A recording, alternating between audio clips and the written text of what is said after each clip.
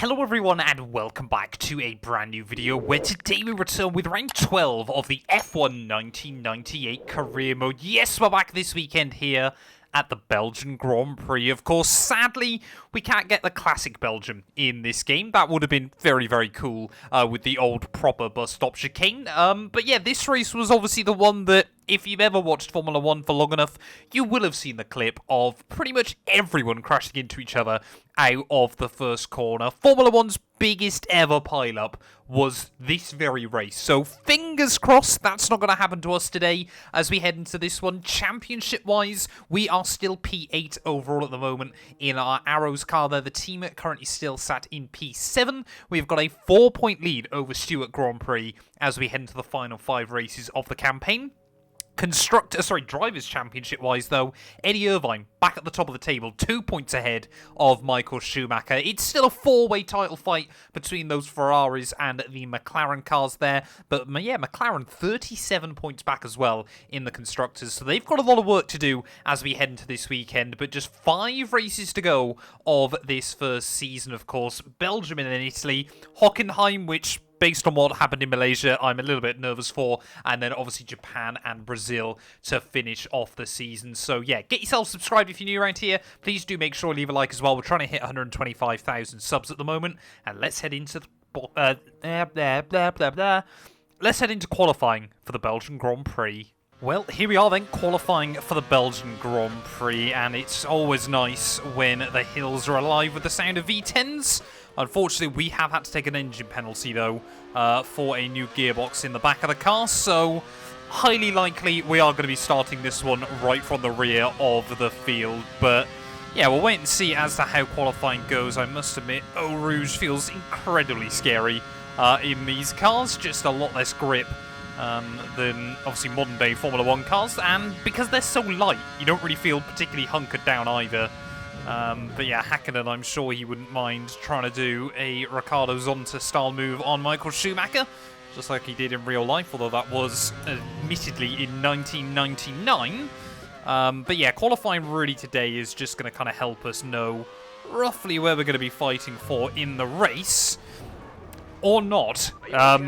That's not quite what I had in mind. Well, really not too sure then what's going on with Ferrari's one-lap pace at the moment. This time around, Eddie Irvine P8. Michael Schumacher starting all the way down in 10th place then. So, yeah, McLaren this weekend have got a golden opportunity there. Annoyingly for me, so does Stewart. 7th and 9th for Magnussen and Rubens Barrichello, respectively. However, Pedro de la Rosa ended up best of the back markers. So, I guess that means the Arrows car does have some pace.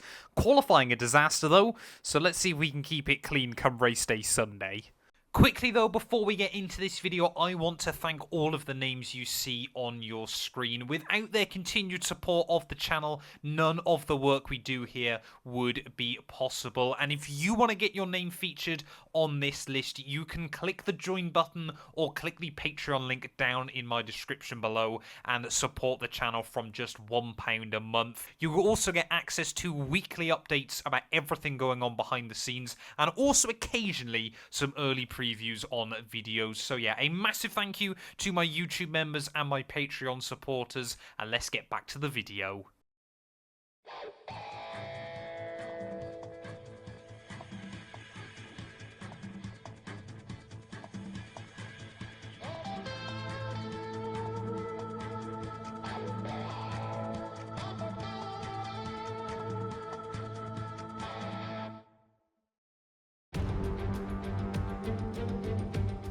We're in Belgium once again for today's round of the Formula 1 World Championship. It's a race the great Ayrton Senna won 6 times, and in 2019, Charles Leclerc became the first driver to take their maiden win here since Michael Schumacher in 1992. Spa-Francorchamps then, a historic 19-corner circuit with a lap distance of 4.35 miles. There's over 100 metres of elevation change here, and with long stretches of the lap spent flat out, a good top speed will be vital for success. Anthony Davidson joins me once again in the commentary box, and it's fantastic to have you with us here today. But I'm curious, as a man with experience out on the track, how do you stop those pre-race nerves from becoming overwhelming when you're lining up on the grid? But from the moment qualifying's over, you start to feel the adrenaline in your body build up and the buzz in your stomach as you anticipate the run down into turn 1. It's all a bit like going into battle, and the unknown situation makes you nervous. Those pre-race nerves are a good thing. The day you don't have them means that you don't care anymore. And of course you have to make sure that all the procedures are second nature to you, so that they're not taking up too much of your capacity. Well, here we go then, sat on the grid here for the Belgian Grand Prix. We're going to try and go for the alternate strategy here. See if, we get a well-timed safety car or something like that. Maybe it can drag us up the order, but not expected to keep my point streak alive. Obviously, starting from the back, a last question mark challenge, but I love coming back to Belgium, so hopefully we can have a fun race out. 5 red lights. It's going to be a very short hold there, and lights out, and away we go. Luckily, starting at the back of the field means I can't lose any places as we make our way in towards someone. There is already a few cars trying to go for a bit of a dive at the first turn. We are going to be one of them as we get a little bit pinched out. Do not want to make contact with my teammate Pedro De La Rosa. And already looks like we've moved past both Tyrrells then, as down in towards Eau Rouge and Raidillon for the first time. Wheel to wheel up the road as almost into the back of my teammate there. That could have been an airplane-style crash as Marc Genet, Alex Wurz, Shinji Nakano almost 3 wide there. The arrows seemingly actually not with some bad straight-line speed either. There's no way this ends up working out for all 3 of those drivers in front. Surely not. Surely not. Marc Genet there still trying to keep the nose in. There's more and more wheel bagging. How on earth are we all surviving this? On lap 1, we've seen just how ridiculous the damage model is on this mod, as we'll make not only 1 but 2 places up then, down through, I believe that might be Malmedy, I want to say. But yeah, very, very dramatic start then here in Belgium, but up into P16 then, so 4 places gained. And staggeringly, based on what I was watching, no drivers out of the Grand Prix. I'm not expecting that to last throughout the rest of the afternoon. I don't think we've had a race this season still where no one has retired, but yeah, it's going to be a long shot today if we want to score some points there. Alex Wurz, though, I've spoken so highly of him and Benetton this season, and a bit of a disaster in qualifying as we try and get the power down, trying to keep up with Marc Genet. But yeah, by the end of lap 1, though, I assume it's still going to be a McLaren leading, but is it DC or is it Mika Hakkinen then? Maybe McLaren need to start prioritising their flying fin. I'm sure David Coulthard still wants to believe he has got a shot at the World Championship. It is Hakkinen that leads the way at the end of lap 1. We've got yellows. We've got yellows already. That is Alex Wurz breaking down. So as soon as I speak about how we've never had a race without any retirements, we're going to get our first one of the afternoon. Alex Wurz, Benetton, yeah, a weekend to forget. Seem to reliably be able to get a pretty good run then on Marc Genet out onto the Kemmel straight there, but top speed. We've just not got anything extra over the Minardi car. Yeah, Marc Genet and I, it's been a common story actually this season where we're able to pull away from the other back markers. Looks like it's happening again there as we try and keep eyes on Johnny Herbert up the road. Oh, Genet running very, very wide. Almost drops it on the exit. Come on, man, you got to get on with it. Genet there is wiggling around all over the road, and he feels like he's costing me some time to Johnny Herbert next up on the old hit list here. Kind of feels like Marc Genet and I can break free from the other back markers. How many times have we said that so far this season? But will I be able to get a run then as we make our way up in towards Blanchimont? Practically pushing him along there as Hakkinen and Coulthard trade fastest lap. Will switch to the inside. Oh, Genet wanted to give me a bit of a squeeze. We'll make sure we get it stopped there on the inside curb. Can we go the long way around though on the exit? Still side by side with Marc Genet there as we try and get the power down. I think we were pretty much identical across the line. Later on the brakes in towards La Source, and we have finally completed the move. I tell you what, they're monitoring that gap up to the Saubers in front. We're not actually losing much time at all to them, but it is really, really difficult actually to extract the pace out of the car here. Feels like it's constantly on a knife edge. You've really got to slide it through a lot of these corners just because of how these cars behave on the lower downforce setups, which of course we need for the back straight. So, yeah, we might be in one of those horrible situations today where we could end up in quite a lonely race here. Oh, we got yellows. You got yellow flags out. Someone maybe with issues at the road. Yeah, we got a safety car. There's been a pile-up. What on earth has happened? Okay, then riding on board with Heinz Harald Frentzen just gets a little bit of a wobble there. And the Jordan behind him just completely careens into him. But further behind them, even more chaos unfolding then as one of the Benettons making his way through. You can see a couple of cars up the road and wallop straight into the back of him. Sauber joins in on the fun as well there. And that is a huge pile-up here at the Belgian Grand Prix. Well, not only has that boosted us up towards the points though, but it has given us huge opportunity to try to go for a bit of a brave strategy here. We're going to bolt on a set of the soft compound tyres when we peel into the pit lane there, but easily one of the scariest crashes I've seen this season. 3 cars out in an instant. Well, some of the AI then seem a little bit indecisive as to whether they want to pit or not. Everyone on the softs is moving away from them, but honestly, yeah, I don't see why everyone isn't pitting in this Grand Prix then, as we're going to bolt on. Got a nice clean tidy stop. Go, go, go. Oh, we don't quite get the jump on Frentzen. That's a bit of a shame there. So Barrichello just as well gets out in front of me. But yeah, we're going to be back out then towards the rear of the field. But a lot of cars have not pit. Well, about to go green flag racing then once again here in the Ardennes. And there are still a lot of cars that have not pit in this Grand Prix. My teammate Pedro Della Rosa is one of them, so he's way up the order then. I think he's actually nestled inside the top 10 at the moment. Not expecting him to score points, but yeah, maybe if we get another safety car, I'm sure a lot of those front runners will be praying for it here, as I think neither McLaren has pit. So Michael Schumacher might have a golden opportunity to try and get a big result here again after having a rough qualifying on Saturday. But out of the final corner we go. We are green flag racing once again then. But I'm not really expecting to make many inroads at the moment. I'm also not expecting to attempt to run into the back of Barrichello down at T1. Oh, nice run out of Eau Rouge though. Can we try and get a run on Rubens Barrichello here? Don't think, yeah, we just ran out of RPMs at 200 miles an hour on the nose. Can we have a look around the outside there? No, Barrichello going to be very, very assertive in braking late and trying to hang on to that position. So no opportunity just yet. We're going to have to wait and see as to how the strategy pans out for the AI.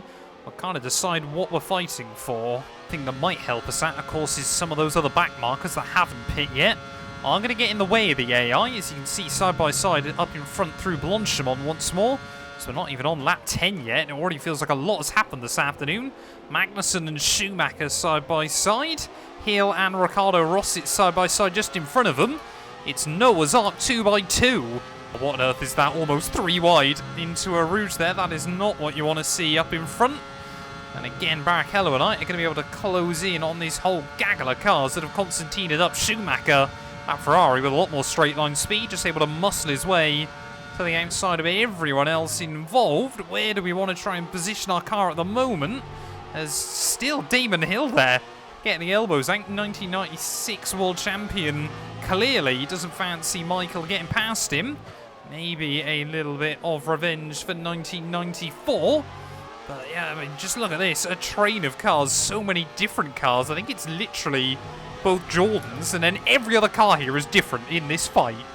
Oh, come on then. Nice big run as we make our way up in towards Blanchimont. Then Magnussen this time round. Next up, trying to find a way around Ricardo Rossi. You can see everyone just Constantina's up. We almost run into the back of Rubens Barrichello there, but surely going to have to try and have a look for it. Nope, Barrichello is instead. Barrichello tries to send it on Frentzen, realises that might not be such a good idea. So we're going to try and get around the outside of the Stewart. It'll be the inside for the final corner, but that isn't much of an advantage there, as side by side we go. Rossi and Frentzen still going wheel to wheel down at turn 1. Banging wheels between the pair of them here as... Well, I was getting a little bit worried early on in this race that it was going to be a bit of a snooze fest, because we kind of found ourselves in that little window by ourselves. But since then, it has just been absolute chaos here. Come on, I need to try and find a way around Rubens before he gets past Ricardo Rossi there again. Another decent run out up in towards Blanchimont. As you can see, those cars at the road still fighting. Gonna try and time the run on Barrichello there, almost into the back of the Stewart. Once again, oh, almost as well, dipping a wheel on the grass there into the back of Ricardo Rossi. This is getting very nip and tuck at the moment. Probably a bit too close for comfort, but we have finally found a way around Barrichello Next up then has got to be Riccardo Rossi, who is still on his old set of tyres there. Barely halfway through this Grand Prix, and it has delivered an absolute barn burner so far, but this is why we love the Belgian Grand Prix. Big run on Riccardo Rossi as we make our way out onto the back straight. See, he's lost a tiny bit of his front wing there, but wheel to wheel with the Tyrrell car there and clean round the outside on the brakes. Oh, Frentzen, no, surely not. Not down in towards Pouon, man. You've got to have some mercy on Jos Verstappen. Actually, it's Jos Verstappen, go for it. And he has, and he's completed it there. So up at a P11 for Frentzen then, just one spot outside the points. But I believe I can see Pedro de la Rosa there, just a little way up the road. Still trying to defend from everyone he possibly can there. We need to try and beat Jan Magnussen here. Stewart on for potentially a decent haul of points, as Jos Verstappen there is going to slow me down. Can we get a run on him? He'll try and squeeze me. And Jos Verstappen there trying to force me onto the grass. Not too happy with that one. See what we can do though as we make our way in towards the bus stop chicane. Quite happy to send it on him, which he'll open the door. Tries to slam it shut again, but I've already got my entire leg there. As De La Rosa in. Jos decides to stay out, I believe, once more. No, he also dives in. So Riccardo Rossi now up to 12th place. I'm not sure how many other cars need to pit. Oh, there we go. Another one in. Shinji Nakano. So we are now into that final points paying position. So very, very happy with that. No one else, though, seemingly in yet. I've got no idea what's going on with the McLarens. Maybe they pit and still were able to re-emerge at the front of the field. Up to 9th we go, though. So someone else has just boxed. That must be Johnny Herbert. So we're still going to be able to defend towards the end of this thing. Well, I tell you what, I don't know if Frentzen's got issues or whether, as always, he just seems to be struggling here. But he's not pulling away from us towards the end of this Grand Prix. Rubens Barrichello is still leaning on me a little bit further behind. And I think... Oh, please, no. Don't really want to deal with that towards the end of this afternoon. But yeah, Frentzen is struggling there and is dropping away from Jan Magnussen in front. Clearly, Stewart's qualifying pace is very much real here. But can we find a way around the Williams? Oh, this is the closest we've been to Frentzen all afternoon. Seems like our soft tyres are really coming into their own at the moment. But again, we will reach the red line then way too early. Really wish you could change out the gear ratios on this car because it is far too slow. In a straight line there, is almost having a sniff to the inside of Frentzen there through the final chicane. But in terms of traction, we have got no confidence on the exit. Oh, one of the McLarens has gone. What on earth's happened? And David Coulthard then, for the second race in a row, has seen an engine failure right towards the end of the Belgian Grand Prix. If ever there was a sign that this was not DC's year, two mechanical failures from really good point scoring positions have absolutely dogged him. And there you go, you can see that stricken McLaren car there. Coulthard had set fastest lap as well, so even more painful. Clearly has the pace at the moment, but just does not seem to have the luck. And well, it's never too early to... Well, sorry, it's never too late for things to change in the world of Formula 1, but I reckon that is Coulthard out of the championship. Promotes us up to P8, though. We've got 3 laps to try and find a way around Frentzen, and maybe Jan Magnussen in front of him. The thing is, as well, every single car is limited to 200 miles an hour, it feels like. Maybe the Ferrari and the McLaren ever so slightly different, but... we just cannot find a way to get there. The AI are a bit slow through here. Oh, Frentzen really slow through there. Okay. We'll say thank you very much then. And finally, we will make the move work. And up to P7 we go. I genuinely was not expecting that then from Einthoud Frentzen. Look at this final lap then of the Belgian Grand Prix. And the clouds have descended then over the Ardennes. Certainly not going to see any rain. And well, at this point, it makes no difference whether it rained on this final lap. None of us can afford to pit anyway. As Frentzen closing in on me, but not going to get close enough. Really, the question is now, how much time will Jan Magnussen lose through this middle sector? Will we be close enough? I doubt it highly. Well, Mika Hakkinen then, it's going to be another victory for him and McLaren. Feels like it's been a while since he returned to the top step of the podium, but that will absolutely show to Ferrari that he is still here to fight to the end of the year. McLaren, though, may be throwing away the Constructors' Championship unless they can try and get Coulthard's car to the flag once in a while. But in towards the final couple of corners, I never expected us to score points today. Never mind once again one-upping our previous race result. P7 here in Belgium from the back of the field. Yes, we got a little bit lucky with strategy, but we have pushed to the absolute limit right from the get-go here today. It's 6 points on the board here at the Belgian Grand Prix. Yet another historic win under their belts. Well done to the team at Mercedes. So Anthony, what made the difference out there today? Well, time management probably played quite a large role in the outcome of this one. As ever, it's not just about speed, it's all about maintaining that speed consistently over a stint, over a race distance. So being able to keep up the lap times while still being smooth on the controls and gentle on the tyres, that's really where the race was won today. So after a magnificent race, we can now see the drivers making their way to the podium. Once again, it's the Silver Arrows who take top spot, a well-earned victory for Mercedes.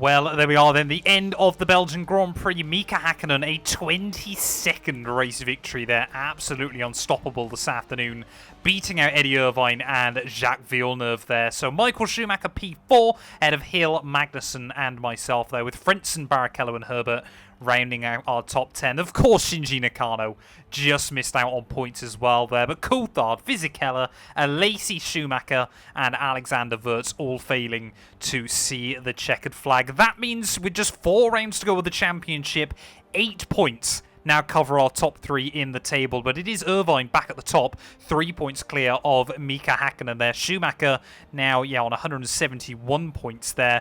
I believe as well this result mathematically means we are out of the Drivers' Championship. Not that I ever felt that we were in it, but up to P7 now, ahead of Damon Hill and Jean Alesi as well. So we might be in for a really depressing final 4 races if some of these guys start scoring better points, because at the moment, well, we're really just scoring regularly, and that is what has boosted us so far up the order as well. Constructors-wise, Stewart, we are now tied with them, 2 points back behind Sauber, so maybe if we had a bit of a miracle, we could try and jump them for P6 as well by the end of the year there. But yeah, Ferrari, a 42-point lead now over McLaren. It is not decided yet, but McLaren certainly need to get their act together as we head into the final few rounds of the season. But next time out, though, we will be in Ferrari's back garden. It's time for the Italian Grand Prix. You guys do not want to miss that.